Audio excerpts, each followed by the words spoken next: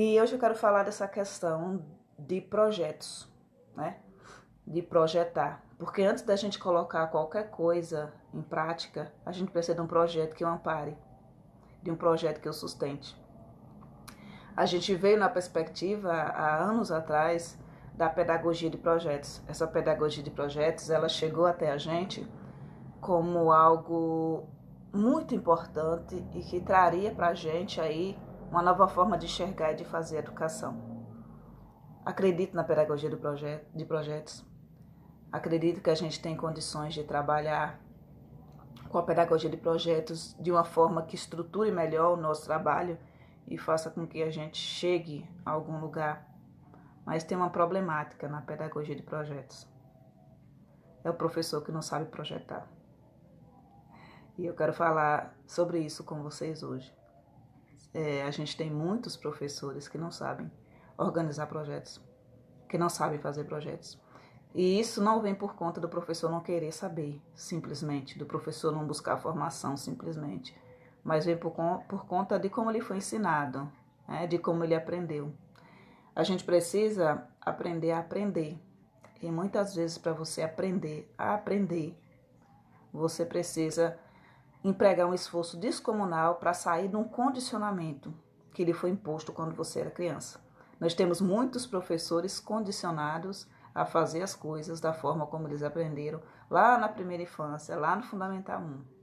E isso acarreta para eles um prejuízo de prática muito grande. E para os seus alunos também. Trabalhar com pedagogia de projetos requer do profissional professor que ele tenha uma visão de mundo que esteja mais alinhado aí com os documentos, com os novos documentos.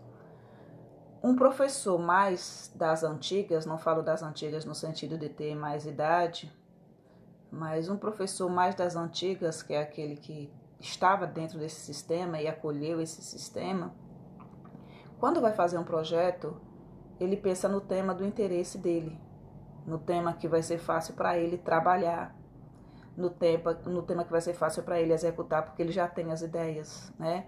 E como o professor é um bicho com pouco tempo, porque a gente trabalha que nem um condenado, apesar de ter louco aí dizendo que a gente não trabalha, como o professor é um professor que tem pouco tempo, muitas vezes a gente faz uso das ideias que a gente já tem, né?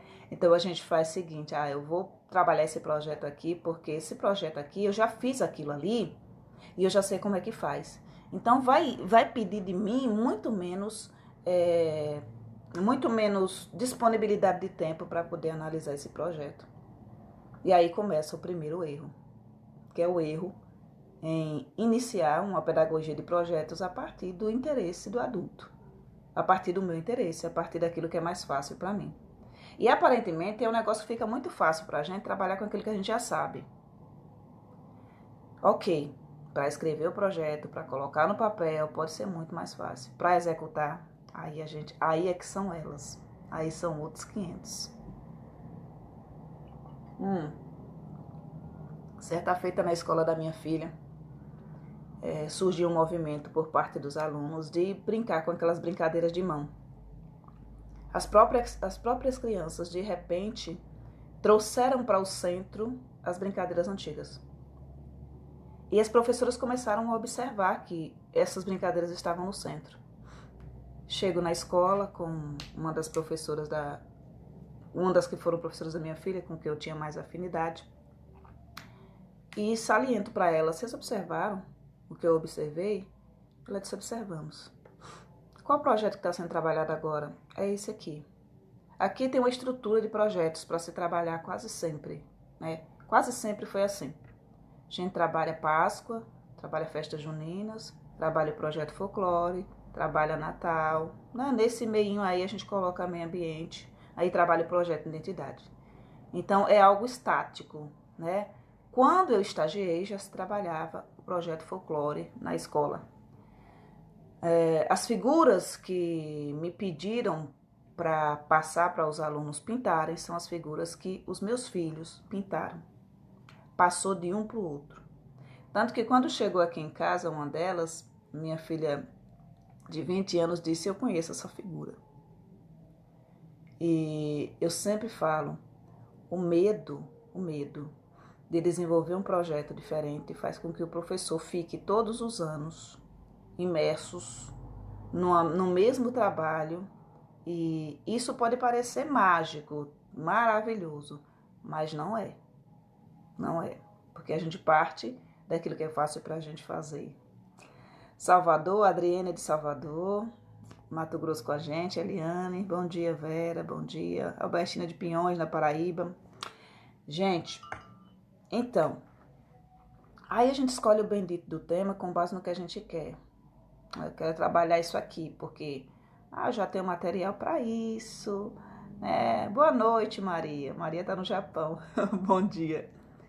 A gente já tem material para isso, né? E tudo mais. Já temos as tarefas, já temos as brincadeiras. Está tudo muito fácil de fazer. Vamos trabalhar esse projeto aqui. Já temos como justificar, porque nos cadernos do ano passado já tem justificativa, nos dos outros anos tem justificativa e tudo mais. E aí as pessoas começam a fazer justificativa com base naquilo que elas já tiveram. Então é um projeto, como é que a gente fala? É um projeto de gaveta. Não é um projeto pensado, basicamente é um projeto de gaveta. E aí se convencionou muitas vezes no nosso meio muita gente que não sabe elaborar um objetivo. Não consegue olhar para a atividade e elaborar o objetivo. Se você não consegue olhar para a atividade e entender qual o objetivo que você deseja alcançar com aquela atividade para aquela criança, a sua defasagem é muito grande. Porque você vai sempre precisar estar com a muleta do objetivo que outra pessoa criou. É preciso que você entenda que determinada brincadeira, né, auxilia no desenvolvimento motor da criança. E por isso que eu estou fazendo essa brincadeira. É preciso que você entenda que determinada atividade que se faz com as mãos está auxiliando na coordenação motora fina. Mas você precisa entender o que é coordenação motora fina, que é a questão do trabalho com os músculos das mãos. E o professor que não lê para se inteirar melhor e fica buscando projetos, os mesmos projetos, as mesmas brincadeiras para continuar fazendo, ele tem um seríssimo problema. Seríssimo. Aparentemente é mais fácil para ele fazer. Eu quero falar uma coisa para vocês que não conseguiram ainda sair dessa etapa, porque é uma etapa, né? A gente está constantemente se formando. Vocês que não conseguiram sair ainda dessa etapa em que vocês copiam objetivos e perguntam para outras pessoas qual é o objetivo, vocês penam por isso. Vocês sofrem por isso. Porque no momento da execução da atividade, você não sabe para quê. Você já fez algo que você não sabe por que você está fazendo nem para que você está fazendo? Já fez? Já imaginou que quando você faz algo que você não sabe por que está fazendo, esse negócio tem uma possibilidade gigantesca de dar errado? Imagina aí você querendo fazer um bolo de tapioca. E aí você tem o leite, tem a tapioca granulada, você tem o leite condensado, né? Mas acontece que você não tem a ideia de que o leite precisa ser esquentado. Então você mexe todos os ingredientes, coloca o negócio na geladeira, o negócio sai mal acabado. Por quê? Porque você não sabia que tinha que esquentar o leite. Assim é o professor que vai desenvolver uma atividade na sala de aula sem saber o objetivo da atividade. Você faz. É tipo um professor que vê uma atividade aqui de cambalhota para as crianças, não é professor de educação física, não tem entendimento do assunto, vai lá, faz uma cambalhota, a criança vai lá e tem uma lesão na coluna. Por quê? Porque eu achei a atividade bonita e quis fazer. Mas eu não sabia como fazer e eu achei que todo mundo podia fazer de qualquer jeito, porque quando eu era criança, eu fazia de qualquer jeito. Então, é complicadíssimo quando você faz uma coisa sem que você tenha entendimento do porquê e do pra quê daquela coisa. E é para isso que existe justificativo, objetivo geral, objetivo específico, dentro dos projetos que a gente cria. Não se cria objetivo geral para nada. Não se cria objetivo específico por nada. O projeto é para ser observado, é para ser levado em consideração. E eu já vi muita gente fazendo projeto engavetando, só para dizer o projeto está pronto, está construído. Em muitas escolas o professor nem cria o projeto, porque o coordenador não tem paciência de esperar os professores pensarem sobre o projeto. Então o que é que se faz? O coordenador cria o projeto, entrega o projeto para o professor e aquele projeto vai abranger toda a comunidade escolar, sem levar em consideração que cada turma está dentro de um centro de interesse diferente naquele momento. E isso é uma pedagogia de projetos colocada em prática de uma forma totalmente, sabe, estranha e que não leva a muita produtividade. Deixa eu ver aqui. Livramento Moraes, eu gosto de trabalhar com projetos, mas tem muito comodismo de alguns professores, ao invés de se entusiasmar com o que virá. Alguns professores pensam nas dificuldades, mas não são todos, óbvio que não. Até as crianças dizem, de novo essa atividade, de novo esse projeto. A gente vai fazer isso novamente. Existem projetos que são necessários na escola. Por quê? Por conta da criança estar imersa naquela cultura. E um dos projetos que são necessários para o início do ano é o entendimento da identidade do aluno. Então, não dá para iniciar o ano sem a gente pensar em conhecer a criança. Então, o projeto Identidade e Autonomia é um projeto que cabe muito bem no início do ano. Mas como é que ele é feito todo ano? De que forma? Né? Com quais objetivos e tudo mais? Eu tenho o projeto Identidade, gente, lá no site. Vou deixar aqui para vocês, caso vocês queiram depois. Tá aí o projeto feito.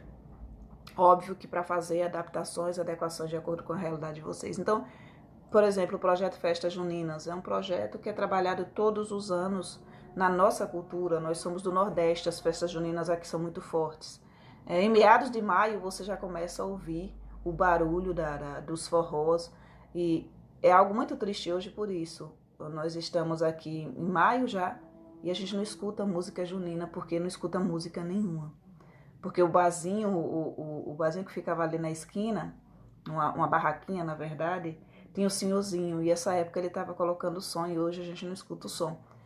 Mas você já percebia traques na rua, bombinhas, as crianças estão trabalhando com isso, né? Nessa cultura nossa, de interior. Elas estão com os traques na mão, estão com as bombinhas na mão, estão comprando chuveirinhos, comprando cobrinhas, né? Que é um tipo de fogo de artifício. Elas estão imersas nessa cultura, elas falam disso na escola, elas levam isso para a escola. E o professor, partindo desse interesse, pode trabalhar a festa junina. Só que muitas vezes a festa junina é trabalhada no mesmo sentido, da mesma forma, igualzinho, do mesmo jeito, né? Então a gente esquece o que a criança gosta, o que é de interesse da criança e faz aquilo que a gente quer, porque a gente já tem atividade para propor, né, para a criança. Mas sigamos. Até na elaboração do projeto, quando você senta para escrever esse bendito desse projeto, o que é que acontece? Você vai fazer a justificativa do projeto, né? Quero trabalhar esse projeto aqui. Por quê? Para quê? Qual a necessidade dele? Por que dele? Por que sim e por que não? E o professor senta para fazer essa justificativa com base no nada, né? E eu falo com base no nada, que é sem base no interesse da criança. Quando eu entro na escola, por exemplo, e vejo as crianças brincando de brincadeiras antigas, de bater mão, de elástico, é muito mais simples eu justificar esse projeto. O projeto parte do interesse das crianças, né? As crianças, nesse determinado período do ano, né, trouxeram por iniciativa própria brincadeiras antigas. E elas estão pelos corredores, pelo pátio, pela sala, brincando, né, resgatando essas brincadeiras antigas. E a gente considera que, partindo do interesse deles, o tema é importante, né, dá para a gente trazer a família mais para perto, a gente vai trabalhar essa questão das brincadeiras antigas.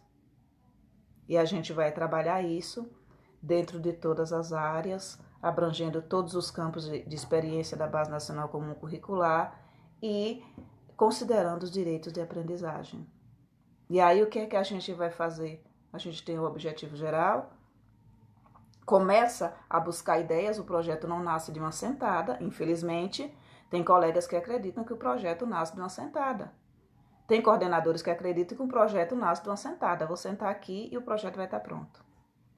E um projeto não pode ser traçado, listado em 4 horas, sem um trabalho aprofundado de pesquisa, sem uma conversa mais ampla com a criança, sem um cuidado, um olhar para a infraestrutura da escola, para os tempos que a gente tem, para os espaços que a gente pode ocupar, para os materiais que a gente vai precisar para esse projeto, porque senão é um projeto que nasce e morre nele.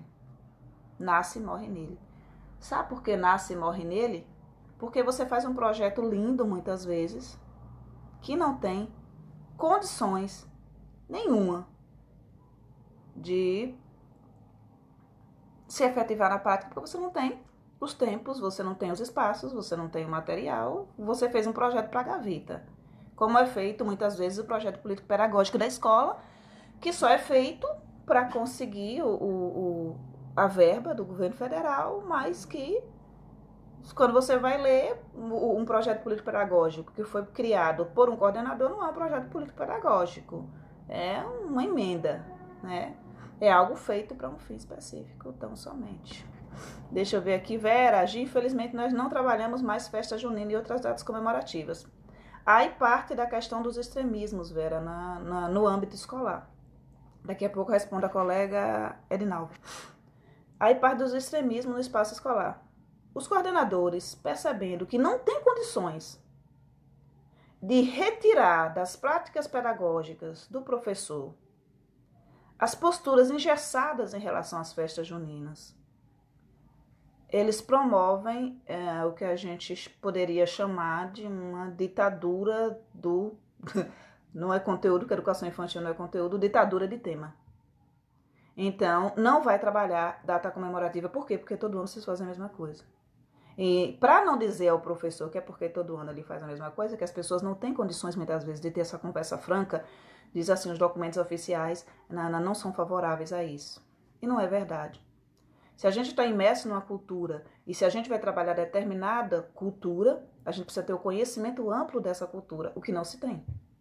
Eu vejo colegas trabalhando festas juninas e eu observo que é mais algo caracterizado à la festa country de outros países do que algo tipicamente nordestino, tipicamente do nosso povo. Ou então o estereótipo, né, do homem do campo com o dente pintado, com os dentes podres.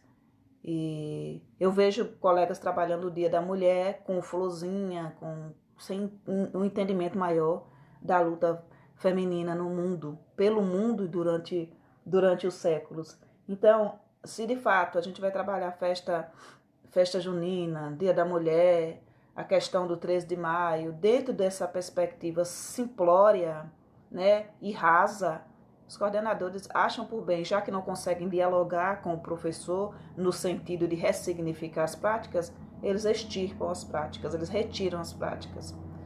É uma das formas que os coordenadores e os gestores conseguiram de tirar o professor dessa postura engessada de já ter o projeto pronto. E assim fez com que o professor conseguisse criar outros projetos. Acho isso ótimo? Não. Eu acho que isso é um cerceamento de liberdade e autonomia do professor muito forte, mas infelizmente, dentro do cenário que a gente tem com professores tão engessados, tem outros professores que estão coordenadores e gestores que usam de autoritarismo. E isso fundamentando, né, com os estudos de fulano e os estudos de ciclano. Os estudos de fulano e de ciclano não estão dizendo não trabalhe data comemorativa, mas a gente trabalha as datas comemorativas dentro de um contexto histórico e social. E a gente pode trabalhar a festa junina qualquer data do ano. A criança, de maio para junho, ela começa a pensar festas juninas. Por que eu vou trabalhar a festa junina num outro período, se eu posso trabalhar nesse período em que ela está imersa nessa cultura? Né? A menos que eu seja de outro estado, e nesse estado as pessoas não trabalhem festas juninas, porque não tem festa junina lá. Mas quando a gente fala de Nordeste, do interior do Nordeste, está dentro da escola, com a criança, com as bombinhas na mão, correndo pela escola, falando em festa junina, falando em quadrilha, a gente passar por cima disso tudo e dizer nós vamos trabalhar outro projeto é desconsiderar totalmente o interesse da criança. E o interesse delas, acredite, todos os anos é pela festa junina, na minha região, na cena de vocês. Edinalva, um projeto com leitura lúdica pode ser longo?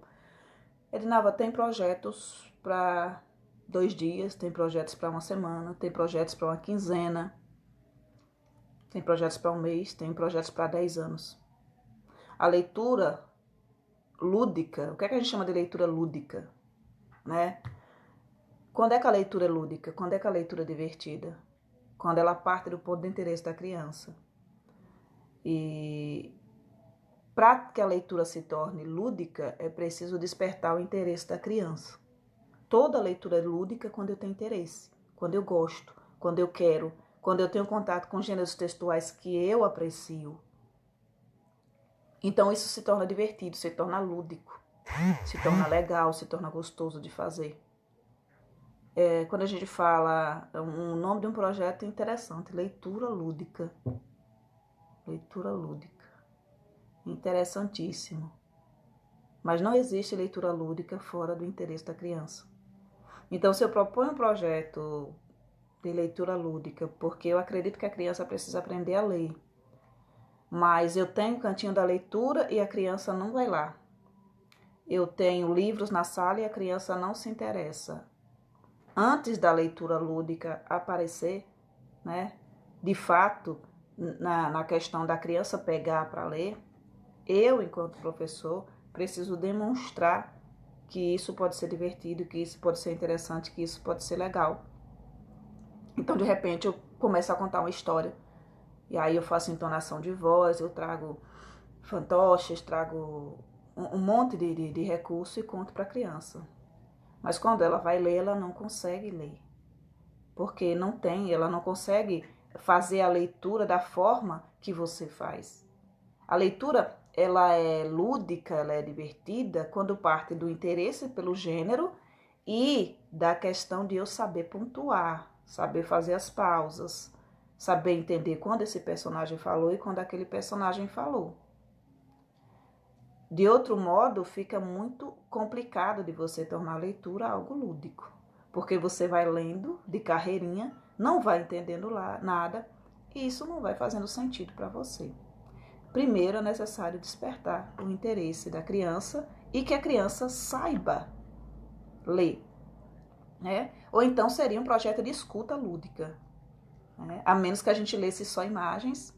Se tem um livro escrito e a gente tem uma criança que não lê bem, seria mais um projeto de escuta lúdica do que de leitura lúdica. Para ler bem, você precisa constantemente estar lendo, mas você precisa ter domínio da questão do saber ler. Então, uma criança de primeiro ano que está tentando, se esforçando para ler uma palavra, para entender uma palavra, pegar um livro grosso e perceber que no meio daquele emaranhado de palavras ela não está conseguindo ler, isso pode causar um desconforto muito grande. E será um projeto de leitura.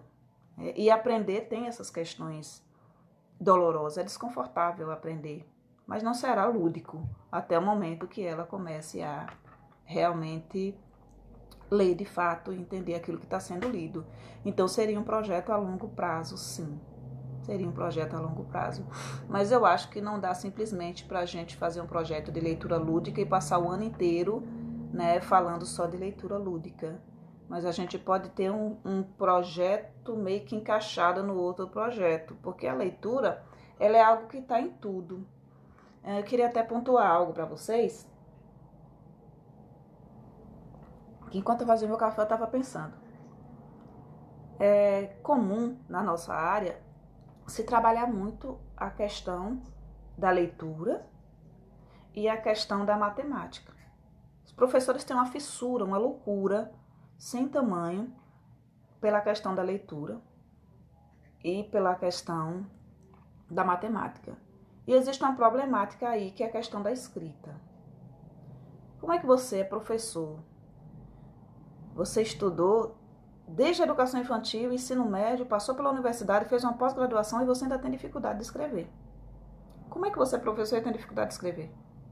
Como é que você não consegue tirar as ideias da sua mente e colocar numa folha? É porque você não desenvolveu a habilidade. Porque você veio crescendo numa perspectiva de que ler é importante. E supostamente quem lê sabe escrever, né? Supostamente quem lê bem sabe escrever bem. Eu sempre falo que quem lê muito consegue entender como é que as palavras elas são grafadas melhor. Mas escrever bem é um ato de desenvolvimento de habilidade, como qualquer outra coisa. Se você tem medo de escrever e sempre copia o objetivo, você não está pensando no que você está escrevendo, não está escrevendo bem. Daí que a construção de um projeto seja tão difícil. Conversava com uma colega essa semana, ela iniciou a faculdade há pouco tempo, e ela me dizia, tem um trabalho de filosofia para fazer, Gi, estou perdido, o que é que a gente faz? Eu conversava com ela e falava, olha, filosofia, né?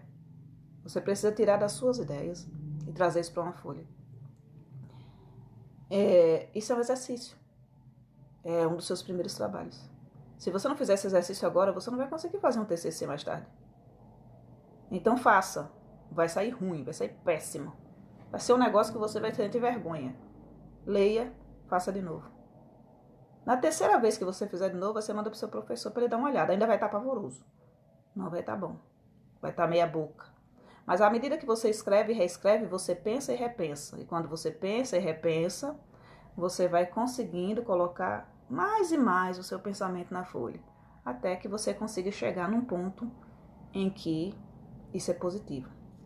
Não cabe pressa nesse processo. É por isso que um projeto não pode ser escrito em 4 horas, sem levar em consideração tantas outras coisas, sem fazer pesquisas aprofundadas. Um professor que acredita que dá para fazer um projeto partindo do nada, não é o que você já tem no seu caderno, não, partindo do nada, só do interesse da criança, quando você tem interesse da criança, você tem o tema. A criança está brincando de brincadeiras antigas na escola. Ixi, tem um interesse aqui. Todos eles estão imersos nessas brincadeiras. O interesse está aqui. Tenho o centro de interesse e vou para o meu tema. Tenho o tema. Preciso de fundamentação teórica. Preciso entender a questão das brincadeiras antigas. Aí eu vou precisar de um trabalho de pesquisa. E um trabalho de pesquisa em sites confiáveis, leitura de livros, para poder trazer isso tudo para dentro do meu projeto. Porque eu vou precisar de estratégias e a partir dessas estratégias eu vou encontrar as atividades que eu gostaria de fazer, que eu sei que as crianças vão gostar, traçar os objetivos de aprendizagem e desenvolvimento, colocar tudo de uma forma mais segura dentro desses campos aqui, daqueles campos aqui. E aí, quando eu for efetivar esse projeto, vou buscar os recursos, saber se os recursos existem. Não adianta nada eu chegar a fazer um projeto de brincadeiras antigas e, sei lá, a gente vai visitar uma comunidade indígena, né, para ver como é que as crianças brincam lá e de onde vieram essas brincadeiras, se são brincadeiras antigas, quando eu não tenho condições de levar a criança para um passeio numa tribo indígena. Então é algo fora da realidade. E tem muitos projetos que têm listado estratégias que não tem nada a ver com a realidade. Mas também eu não posso focar um projeto só nas mesmas atividades que eu faço todo dia sem buscar uma novidade. E por isso que não dá para você fazer um projeto, criar um projeto com base apenas no seu interesse e sentado em 2, 3 horas numa sala de aula com meia dúzia de professores, parecendo que na cabeça da gente, né, na cabeça de vocês, a gente senta em 4 e todo mundo já tem as ideias, tudo, porque todo mundo já conhece os temas. E a gente não conhece. Eu tenho um artigo lá no site sobre a amarelinha. O ano passado, né, e olha só como a gente parte do interesse. Eu não estou em sala de aula, eu não estou com criança, mas eu parto da questão do grupo. O grupo começou a trazer muito a questão da amarelinha africana, né? E eu fui fazer um trabalho de pesquisa para descobrir de onde é que vem a amarelinha. Né? De onde é que vem a amarelinha? Por que se usa amarelinha, né? Aí a amarelinha aqui é macaquinho, né? Que eu sempre conheci como macaquinho.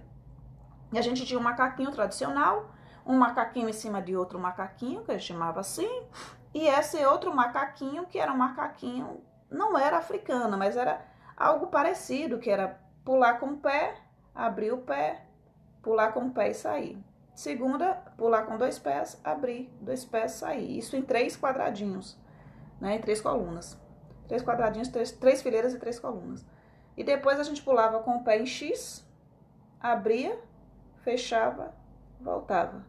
Né? E isso tudo, né, a gente chamando aqui de macaquinho. Então, como é que se chama a amarelinha aí? De onde é que ela veio?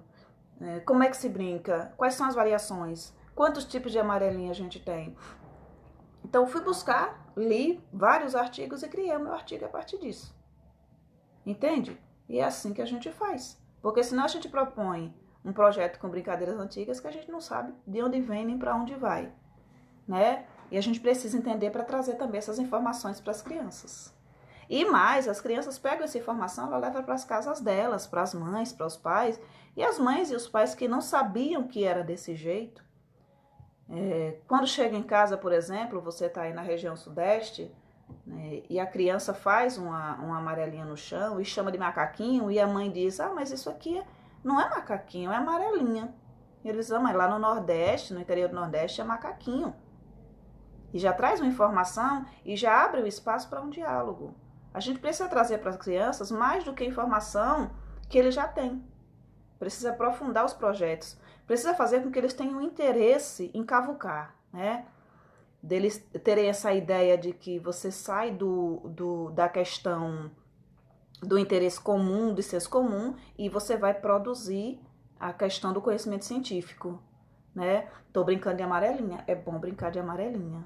Outras crianças brincam de amarelinha, em que lugares do mundo elas brincam, como é que elas brincam, como é que é isso, de onde é que veio, para onde é que vai. E a criança ela vai se sentindo despertada a buscar o conhecimento. Até curiosidade, por exemplo, para ir no YouTube, mais a mãe, e procurar alguma coisa relacionada à brincadeira antiga, no lugar de sentar para ver um youtuber. O interesse da criança ele é despertado a partir daquilo que a gente traz como curiosidade. E é muito importante que a gente desperte curiosidade, mas você não consegue despertar curiosidade quando você não é curioso, né? Deixa eu ver se tem comentário. Maria das Graças, podemos colocar o objetivo que achamos necessário ou só se for dos campos de experiência? Porque nem todo plano que fazemos tem objetivo no currículo em movimento. Maria, vamos lá. Nem todo plano que fazemos tem objetivo no currículo em movimento. Eu creio que tem, Maria. Eu acho que a gente às vezes não consegue enxergar o objetivo dentro disso que você chama de currículo em movimento. A gente tem a Base Nacional Comum Curricular. Quando a gente se atém, por exemplo, nessa questão do currículo, e mais tem a questão do currículo municipal. A gente está falando da base como um todo e não apenas do currículo, não também do currículo municipal. Então, quando a gente se atém a essa questão da observação do todo do documento, a gente consegue enxergar que determinada atividade, apesar de parecer que tem esse objetivo apenas, né, dentro desse campo, ela passeia por diversos outros campos. E assim a gente consegue fazer a listagem dos objetivos da maneira mais adequada possível. Mas sempre, como você perguntou, ou só se for dos campos de experiência, precisa estar dentro dos campos de experiência.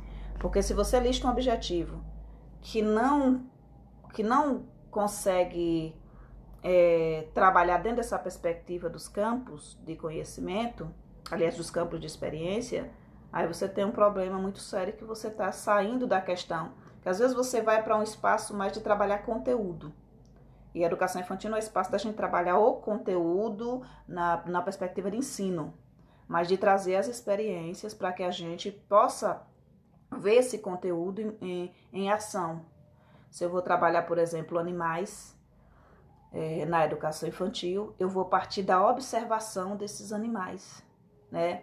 Vou partir de que a criança ela vai observar os animais, ela vai analisar, né, como é que eles são, quais são as características, partindo da questão concreta mesmo, desse olhar da criança para esse animal, né, dos relatos que ela vai fazer sobre o animal que ela tem em casa, né, da observação que ela faz dos animaizinhos que estão ali no pátio, na horta, né, quando ela sai para, por exemplo, vamos caçar um bichinho, vamos caçar um animal, e ela começa a observar que lá na horta tem uma lagartinha.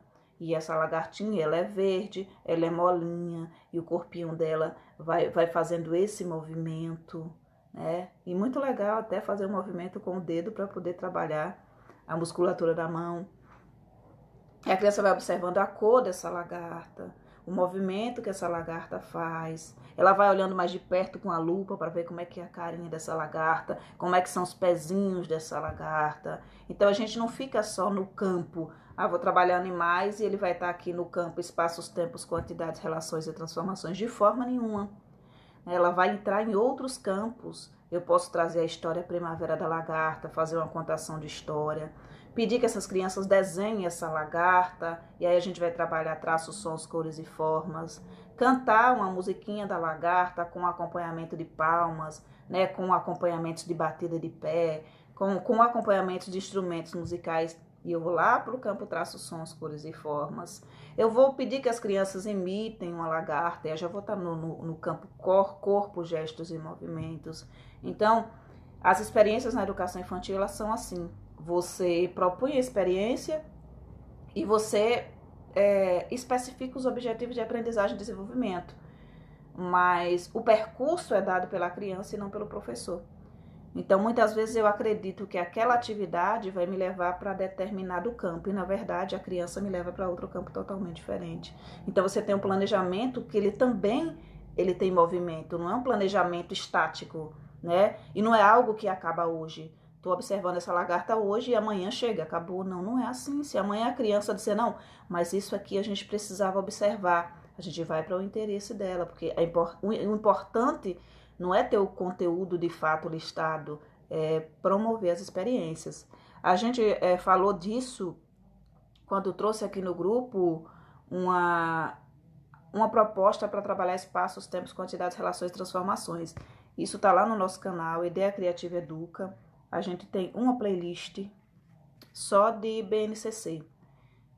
Com essa linguagem que eu estou falando com vocês aqui mesmo, porque é live mesmo, não é nada profissional não, viu, gente? Eu trabalho com a questão da conversa e do diálogo com os colegas, para aprender com eles. E a gente trazia uma experiência que você trabalha com o jogo do afunda e do não afunda, né? Em que você pede que as crianças tragam de casa objetos, e elas vão observar esses objetos, organizar esses objetos, classificar esses objetos em relação à textura, em relação a isso, em relação a tamanho, a isso, aquilo. Utilizando aí o que vocês, o que eles e o que vocês decidirem melhor. A partir disso, a gente brinca do jogo do afunda e do não afunda. Coloca na bacia de água, pega uma bacia de água, coloca na bacia de água. Esse objeto vai afundar? Não vai afundar? E a gente vai trabalhando a criança com essa questão do que é leve, né, do que é pesado. Mas depois disso, a gente tem uma bacia com água. E a gente pode simplesmente pegar essa bacia e jogar fora ou perguntar para a criança o que é que a gente faz com essa água. E no momento que a criança me diz que quer molhar a horta com essa água, eu dou vasilhinhas para que elas molhem a horta. E essa atividade vai sendo puxada para outro espaço, que é o espaço da horta, onde a criança vai ter contato com cores, com bichinhos, com cheiros, com textura, com terra, e isso pode ir para outro caminho.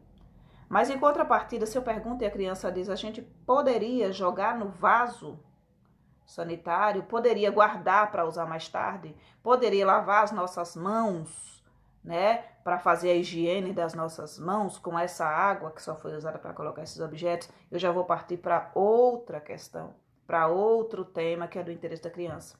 Mas se a criança me fala, tem bastante água, a gente não poderia lavar a calçada, eu vou partir do ponto em que a criança já vai estar tendo essa questão dessa atividade mais montessoriana, que é uma atividade para educação assim, meio que, esqueci o nome agora, educação para o lar, mas não é isso não, onde a criança ela vai pegar uma vassourinha junto com você e varrer a calçada, o outro vai querer pegar o rodo, o outro vai querer pegar os copinhos e ir jogando água na calçada para poder ajudar. Então, a experiência do currículo em movimento é essa, é que a criança ela lhe conduza para aquilo que é do interesse dela naquele momento. Sentada com minha sobrinha no início desse ano, ela dizia, tia, eu quero brincar com essa areia aqui. Falei, tá bom. Peguei a água e ela estava com um vasinho de água e ela ia colocando água. Tia, você pode colocar água para mim? E ia colocando a água. Tia, não posso mexer, só tinha um pauzinho, vamos pegar uma colher, né? Já nasceu a questão de, é um pauzinho, não dá para mexer direito. Tia, uma colher. Pega uma colher, dá a colher para a criança. A gente tá ali para apoio. E ela mexe naquilo. Tia, põe mais água? Eu ponho. Se eu pôr mais água, como é que vai ficar? Vai ficar bem líquido. Você quer assim mesmo? Põe. Tia, vou botar mais areia, porque se eu colocar mais areia, como é que vai ficar? Não vai ficar mais pastoso se você botar mais areia? Sim. Puxa mais areia, coloca areia. Tia, devia fazer um bolinho, né? Era? É. Tem a vasilhinha? Pega a vasilhinha. Criança pega a vasilhinha, bota areia na vasilhinha, faz o bolinho. Dali do bolinho, tia, aqui tem um pauzinho. Vamos fazer uma vela de aniversário? Faz uma vela de aniversário. E você vai passeando pelos campos. Você vai trabalhando os conceitos. Abre um buraco, coloca água dentro do buraco, tia. Água dentro do buraco. Né? Você vai trabalhando os conceitos. E dali já parte para um faz de conta. Vamos brincar de fazer aniversário. Fazer aniversário de quem? Fazer aniversário da boneca. E por aí vai. E assim, a criança vai se divertindo, vai sendo feliz. Vai criando vínculo afetivo com você. Vai ficando feliz de estar naquele espaço de educação. O tempo passa rapidamente. Você fica feliz, fica leve, a criança também. E acho que a base propõe para a gente isso. Né? Salvo a questão da dificuldade para a gente implementar por conta dos nossos espaços. Também temos uma live falando sobre essa questão da infraestrutura. Livramento, eu trabalhei no mês de junho o projeto Milho, foi muito interessante. Quando eu estava trabalhando a letra M, quando falei milho, de onde vem o milho? A criança falou do supermercado e achei necessário trabalhar esse projeto para resgatar essa cultura. Muitas crianças estão muito distantes do campo, foi muito interessante, exato. Você parte de algo que para você, para a gente é muito simples, porque a gente já tem esse conhecimento. Né? Existe uma lavoura, existe um homem do campo e a gente precisa trazer para esse projeto junino essa questão, desculpa, gente, essa questão do plantio, essa questão da colheita, e não apenas ficar na comida, fazer a comida típica, porque a comida já está ali. A criança já viu que foi feito e foi feito com milho. Imagina onde é que vem o milho, né? Será que vem do supermercado? E antes de chegar no supermercado, de onde vem o milho? Para essa criança começar a ir resgatando junto à família deles. É algo que a gente nem responde muitas vezes na escola. Quando a criança responde pra gente que algo veio do supermercado, a gente pede, pergunta lá pro papai e pra mamãe, né? Pra você trazer e dar a resposta pra pró, de onde é que vem, né? E antes de estar no supermercado, onde é que estava? E a criança vai começar a fazer essa busca. E no momento que ela começa a fazer essa busca, que não é algo que a gente dá pronto e acabado, que a gente tem essa mania na escola, a gente aprendeu a dar tudo pronto e acabado. E quando você dá tudo pronto e acabado, você não desperta interesse. É preciso que você busque. Né? Existe uma alegria muito grande em buscar.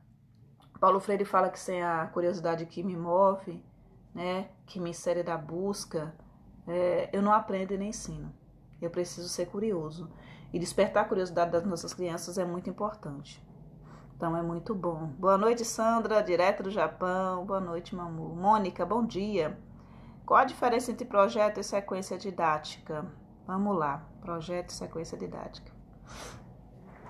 A gente tem uma proposta constante aí para o trabalho com essas sequências didáticas, né? E a sequência didática, ela vem no bojo de um projeto maior. Sequência didática é algo que a gente utiliza dentro de determinado projeto, né? Mas alguns colegas também pegam isso e trabalham desassociado. Então eu vou trabalhar, por exemplo, com uma história infantil, né? E essa história infantil é, por exemplo, a história do Grande Rabanete. E aí eu vou trabalhar uma sequência didática do Grande Rabanete. Dentro dessa sequência de atividades, eu tenho aí... Hoje eu vou trabalhar contando a história.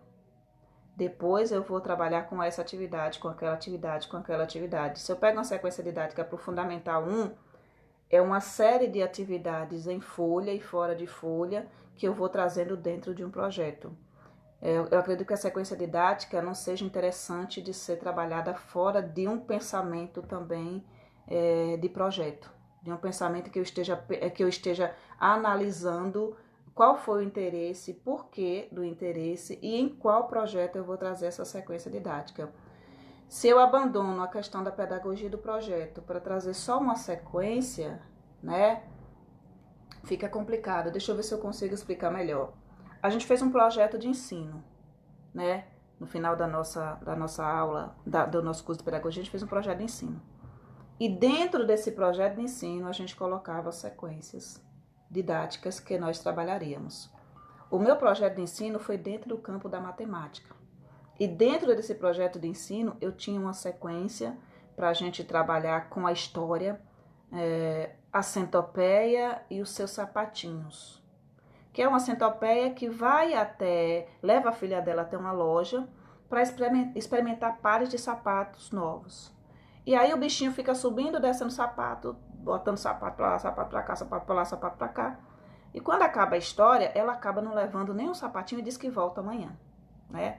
Então, dentro desse projeto de ensino, eu anexei essa história para trabalhar essa sequência didática. E a partir dessa sequência didática, eu trabalhei a brincadeira, a confusão dos sapatos, eu trabalhei a contação de história, né? E eu fui colocando todas as atividades que eu ia trabalhar. Então, a sequência, ela fica dentro desse projeto maior. O projeto maior e a sequência. A problemática atual é que muitas vezes o professor pega uma sequência didática que viu de alguém que achou boa, bonita e vou colocar aqui dentro. E aí que começa o negócio de gringolar. Se eu vou trabalhar, por exemplo, um projeto inclusão, né, para falar sobre a questão das crianças especiais e tudo mais, eu posso trazer aí a historinha a historinha da Joaninha, acho que é uma Joaninha diferente, que ela não tem pintinhas, né? E dentro desse projeto mais inclusivo, eu trago a história da Joaninha e faço essa sequência didática, mas sempre alinhado à questão do tema central do meu projeto. Não é um projeto alheio, de qualquer jeito, feito por qualquer coisa. Se eu pego a história O Grande Rabanete, a gente tem uma sequência do Grande Rabanete, quem tiver Fundamental 1, gente, tá aqui, ó. liptip.org. Essa ideia da sequência didática surgiu muito ali na questão do PENAIC, né? Então, se eu pego, por exemplo, a história do Grande Rabanete, né, eu posso estar trabalhando diferentes temas com ela, mas isso precisa sair de algum lugar, né? Qual é o meu projeto, por exemplo? Projeto Literatura Infantil, né? E eu tenho toda uma fundamentação teórica para trabalhar com a questão da literatura infantil, né? De onde é que veio a literatura infantil? Quando é que começou a ser feito essa questão dos livros infantis no Brasil? Quem é o precursor no Brasil? De onde é que veio isso tudo? E acreditem, é um trabalho de pesquisa bem extenso. Eu fiz um projeto de literatura que também está lá no nosso site, no Ideia Criativa. Quem quiser procura lá, Projeto Literatura, né? E quando a gente está produzindo, a gente aprende muita coisa acerca da literatura infantil. E muitas vezes quando a gente vai fazer um projeto e esvazia esse projeto de fundamentação teórica e coloca uma sequência didática praticamente para ser o projeto inteiro, e não tem fundamentação, não tem justificativa, não tem nada, a gente acaba perdendo essa oportunidade de aprender mais sobre determinados assuntos e trazer mais informação para as crianças. Espero que tenha ficado respondido aí, Mônica. Maria, às vezes queremos outros objetivos de acordo com o nosso plano, mas não encontramos nos campos de experiência do currículo e precisamos colocar a página e o número, mas nem todos os planos têm os objetivos lá, tá me entendendo? Eu sou iniciante. Eu tô entendendo, Maria, que as escolas ainda estão utilizando as folhas, as pautas de antigo planejamento para poder fazer uma proposta para o trabalho com a Base Nacional Comum Curricular. Então, se estrutura, eu quero que você me diga qual o campo de experiência, né? Qual o objetivo de aprendizagem, qual o código do objetivo de aprendizagem, qual o número, qual isso, qual aquilo, qual aquilo, qual aquilo, né? E aí a gente fica nisso que você fala, né? Eu não encontrei isso aqui, não tem isso aqui, o que é que eu faço? Aí você vai para a coordenação e você pergunta para a coordenação, então, né? Eu anexo isso aqui está no currículo do município ou não? Eu só tenho o currículo base, que é a BNCC. Então, não tenho o currículo do município. Eu acho que no momento que a gente parou para observar a base e construir o currículo da educação infantil, dentro dos municípios, a gente teria outros objetivos. Se a gente não tem, aí está uma complicação. Foi criado o currículo aí no seu município, que eu realmente, como não estou no campo, né, eu trabalho com a questão da base comum. Mas estou entendendo você sim, e eu já me peguei com essa dificuldade também. Edinalva, obrigada, Nilda. Lá no Rio Grande do Sul é chamada de sapata. A amarelinha? Francisca, amarelinha também é conhecida em alguns lugares como cancão. Olha só que lindo, sapata, cancão.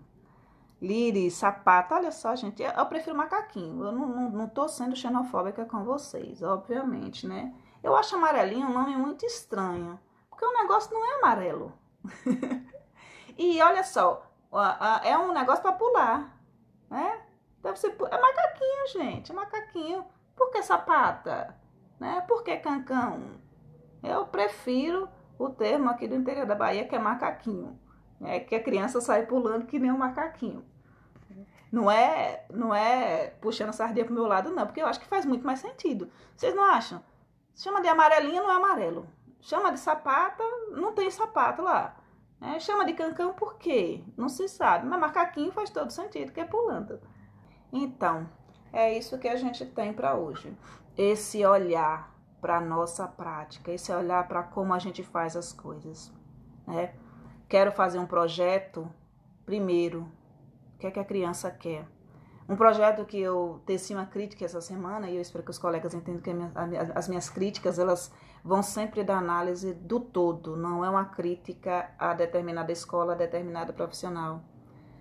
É que no momento atual, você fazer um projeto de receitas, porque é um projeto fácil de fazer, onde a gente pode, sabe? Vou fazer aqui receita, e hoje eu quero fazer uma receita de um pudim. E aí a gente vai trabalhar com essa receita desse pudim para as crianças que estão em casa. É um projeto que eu não faria nesse momento, eu falei para os colegas que não faria de fato, principalmente sendo de escola pública, porque a fome é um negócio dolorido. E uma criança num momento desse, dentro de casa, com uma mãe, um pai, que não tem dinheiro para comprar ingrediente de pudim, é complicadíssimo, gente. É complicadíssimo. E eu acho que quem já passou por essa experiência, que às vezes você precisa ter o olhar, é por isso que o diálogo é importante. Você precisa ter o olhar e a conversa da outra pessoa. Porque às vezes você também se perde. De repente você vai ficando uma pessoa mais abastada, com um pouquinho mais de dinheiro, e você começa a analisar que todo mundo tem a tecnologia que você tem, que todo mundo está com a despensa que você está e não está.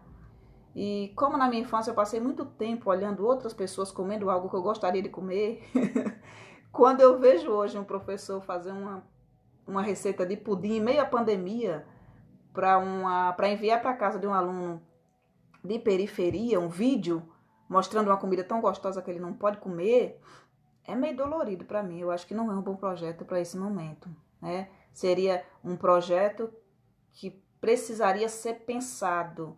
Por isso que eu trago a questão de algo que resgate. A gente fez uma live, acho que semana passada, está lá no canal do YouTube, no Ideia Criativa Educa. Trazer algo que resgate aí nos pais e nas mães a infância deles. Então, algo mais voltado para brincadeira de infância, para contos acumulativos de infância, para histórias de infância. Nesse momento, eu acho que seria muito mais propício, né, do que uma receita de uma comida gostosa para enviar para uma casa de uma criança que está vivendo de ajuda de governo. É complicado. Dá para trabalhar, colocar tampa em pote, tem muita coisa para se trabalhar. Dá para trabalhar mesmo com a orientação aos pais, sobre como eles podem estimular os filhos deles em casa, com coisas do dia a dia, com objetos do dia a dia, com macarrão que você enfia no escorredor, se você tiver. Mas se você não tiver, você tem tantas outras atividades, né? Da criança pegar tampas de garrafa PET, tirar de um recipiente, colocar em outro, né? Da gente colocar tampa de garrafa PET dentro de uma bacia de água para a criança ir coletando com uma peneirinha que está na própria casa. Então, a gente tem condições de propor atividades que lá na casa da família eles tenham condições de fazer com as crianças sem, sabe, se sentirem tão diminuídos muitas vezes por não ter condições de comprar o quê? Um leite e uma farinha para fazer um pudim. É complicado. Vamos prestar bem atenção nisso. Kézia, por conta da situação, que muitos não estão tendo nem o básico. Jardel, retira a mistura e tampa os utensílios. Edinalva, a partir de hoje você faz parte da nossa vida. Obrigada, meu amor. Bom dia para você também. Silvana, eu acho isso um absurdo. Até brinquei com uma amiga quando fez uma salada de fruta. Disse, aproveita e manda as frutas para casa dos seus alunos. É complicado, porque se eu vou fazer a salada de fruta... Gente, é muito complicado. Não é dizendo para vocês, não façam isso. E não é dizendo para vocês, injete o dinheiro de vocês nisso. Se eu pudesse fazer, por exemplo, comprar delivery, salada de fruta, que eu soubesse que tinha sido preparada da maneira adequada, porque também tem isso, e mandar entregar na porta de cada aluno, seria uma coisa. A colega disse, Gia, eu fiz um bolo de banana e fiz balas de banana e mandei as balas de banana para os meus alunos. né? Para ter esse olhar mais. Se eu estou trabalhando receita, né? Se eu estou trabalhando com comida, com alimento, eu preciso mandar alguma coisa para casa dessa criança, para poder essa criança se sentir, né, assistida de alguma forma e não ficar com vontade de comer aquilo que eu estou fazendo. Então, cabe esse olhar, quando a gente propõe um projeto, esse olhar para o todo. Porque o projeto é bonito, gente, para uma sala de aula. O projeto é lindo para uma sala de aula. Quando eu vou trazer todas as crianças, elas vão participar desse preparo e elas vão comer. Vão sentir o cheiro, a textura, vão sentir o gosto, né? Vão ver as cores daquilo que a gente está preparando, vão colocar a mão.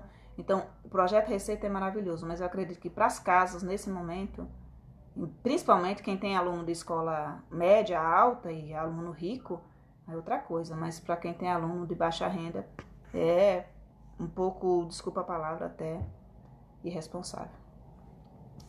Vamos lá. Iris, nós adultos também nos cursinhos, a aprendizagem é outra. De nada, Ellen, de nada.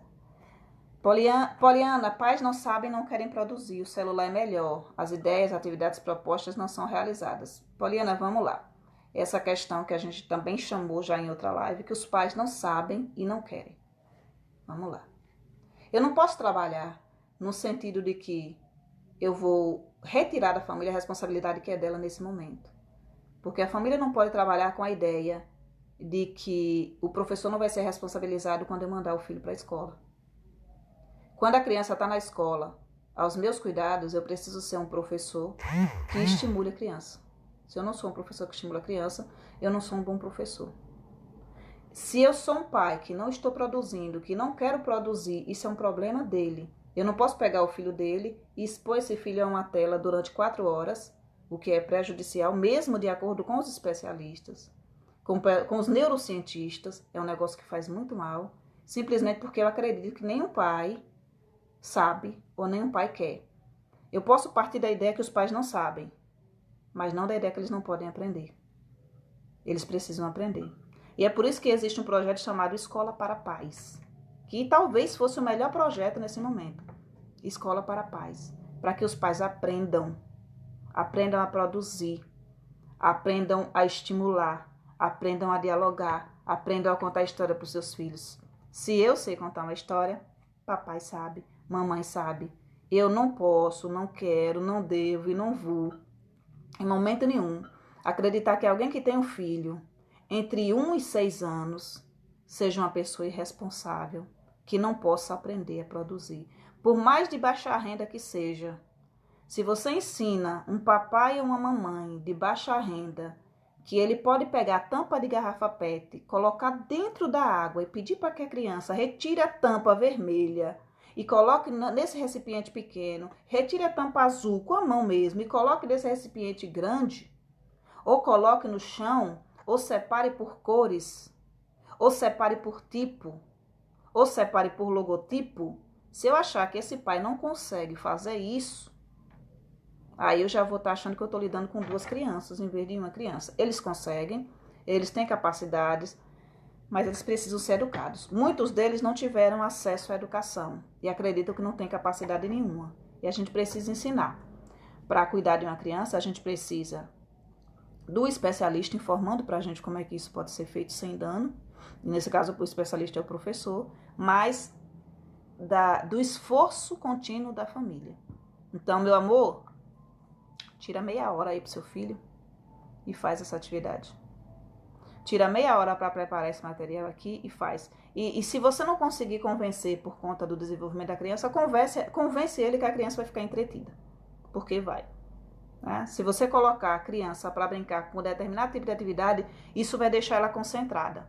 À medida que ela estiver concentrada, você vai conseguir fazer outras coisas. Então, se você não puder ganhar pela questão do desenvolvimento em si, fale do desenvolvimento e fale da concentração da criança e você vai conseguir, certeza absoluta.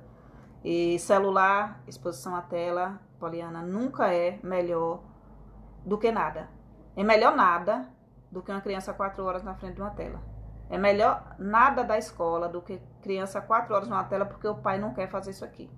Se o pai não quer fazer, ele não vai fazer de qualquer jeito. Com celular ou sem celular, ele não vai fazer. Então é melhor que a criança não seja exposta. Por que a gente tem esses diálogos?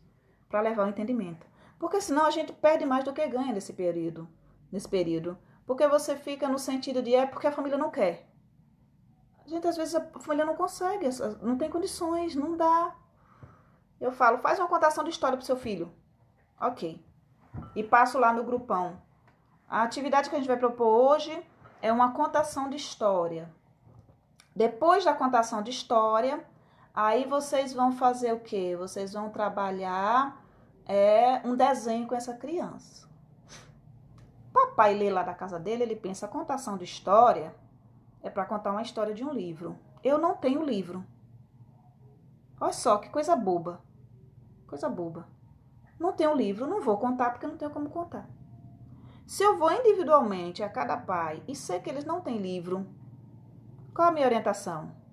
A história não precisa ser contada só com o apoio de um livro. Seria bom que não fosse uma história que você pegue do YouTube, que eu quero que você conte. Então, lembre uma história que você ouvia quando você era criança e conte para o seu filho, conte para sua filha. Não lembra da história de quando você é uma criança? Invente. Invente. A gente começa, invente uma coisa, invente uma pessoa, invente um gato, invente um personagem. Conte, a criança ela se anima, ela se alegra com qualquer coisa que você invente, que faça graça para ela. Então, muito pai diz assim, eu não vou fazer isso aqui porque eu não tenho material. Não vou fazer isso aqui porque eu não tenho isso. E não tem do professor esse olhar mais individual para dizer para ele, ô fulano, eu não tenho condições. É tipo um professor que faz uma receita em tempos de pandemia e me manda para casa essa ideia. Gente, faz o seguinte, faz uma receita de pudim com seu filho. Poxa, não tem como fazer essa receita. Não tenho. Como é que eu vou fazer pudim com meu filho? Se eu não tenho leite, não tenho farinha, meu gás pode estar acabando. Qual a minha orientação enquanto professor? Papai, mamãe faz o seguinte. Seu filhotinho tá aí e você vai fazer o almoço, seja lá o que for no dia. Coloca ele na cozinha junto com você para te ajudar. Não precisa ser nenhuma comida bem elaborada. Ele vai estar sentindo o cheiro do que você tiver. Ele vai estar lhe ajudando, pegando uma cebola na geladeira. Descascando um alho para você. Pegando com a pazinha um lixinho no chão. Isso tudo é educação doméstica, educação para o lar. Não precisa ser uma comida bonita. A criança, ela não se envolve porque o pudim é bonito. Ela se envolve com o tempero do feijão. Ela se envolve com fazer o arroz. Ela se envolve botando água para ferver. A água, vamos botar água para ferver. Você não pode encostar no fogão, então quem vai ligar é a mamãe. Bota a criança no colo, vamos prestar atenção quando é que a água ferve. Percebeu que a água está fazendo essas bolinhas? Isso é aprendizado. Agora, se o professor fica no buraco do coelho da Alice, como a gente fala, que tem o buraco do coelho da Alice, é o País das Maravilhas, Se eu tenho recurso, obviamente todo mundo tem. Isso é o buraco do coelho da Alice. Não é assim, não funciona assim. Não funciona de escola para escola, não funciona de lá para lá. E se eu tenho nesse momento essa ideia de que, é porque eles não querem. Eu me distancio das famílias, eu fico angustiada, eu fico deprimida, eu perco a empatia e eu não faço nada com nada, porque amanhã eu vou propor outra atividade, não vou dar atendimento individualizado, não vou ter a resposta que eu gostaria, não vou conseguir construir os meus relatórios da maneira adequada, porque eu não vou ter devolutiva nenhum de pai e de mãe. Acredite, se você jogar algo no grupão, as pessoas não se sentem impelidas a fazer aquilo ou a mandar relato. Você vai ter a participação de 2 ou 3. Se você, de fato, quer um atendimento efetivo para a criança, pense no lar que ela vive. Pense que família ela mora. Se você não está pensando isso, comece a pensar. Se não é depressão, sofrimento, angústia, esse é o momento de estreitamento de vínculo. Você não estreita vínculo julgando família e família não estreita vínculo julgando professor. É um período sensível e a gente precisa continuamente estar tendo essa empatia. É parar com essas guerrinhas de que o pai fulano de tal não faz isso, que a mãe fulano de tal não faz aquilo e começar a educar esses pais. Nós somos educadores, é para isso que a gente está aqui, para educá-los, se eles quiserem. E mais, quando a gente vai estreitando esse laço, acolhendo as famílias, trazendo para perto, orientando, eles vão percebendo a nossa importância. E no retorno a gente vai ter uma devolutiva muito melhor do que a gente já tinha. É momento para estreitar laço. Jardel, aprendizado da vida e para a vida. Esse é meu slogan pedagógico. Amélia, eu estou aqui emocionada com sua fala e fazendo uma autoanálise. Como precisamos evoluir. Obrigado por nos dar esse beliscão. Eu acho que eu fico muito feliz quando uma pessoa me sacode. A aprendizagem, esse algo que é feito em conjunto. À medida que eu pontuo alguma coisa, você pontua alguma coisa. Onde que você me diz, eu não estou conseguindo êxito com isso aqui, porque os pais não estão comprometidos. Eu tenho outro olhar para você, para que você chame o pai e a mãe ao comprometimento. É preciso que o professor entenda urgentemente. Eu falo isso tem tanto tempo, tem tantos anos. Você é um profissional. Você não tem que ter medo de ser firme e de conversar com os pais. Muitíssimo obrigado. Fiquem com Deus. Bom trabalho para quem vai trabalhar. Faz yoga quem tiver muito tenso. E depois a gente se vê. Bye, bye.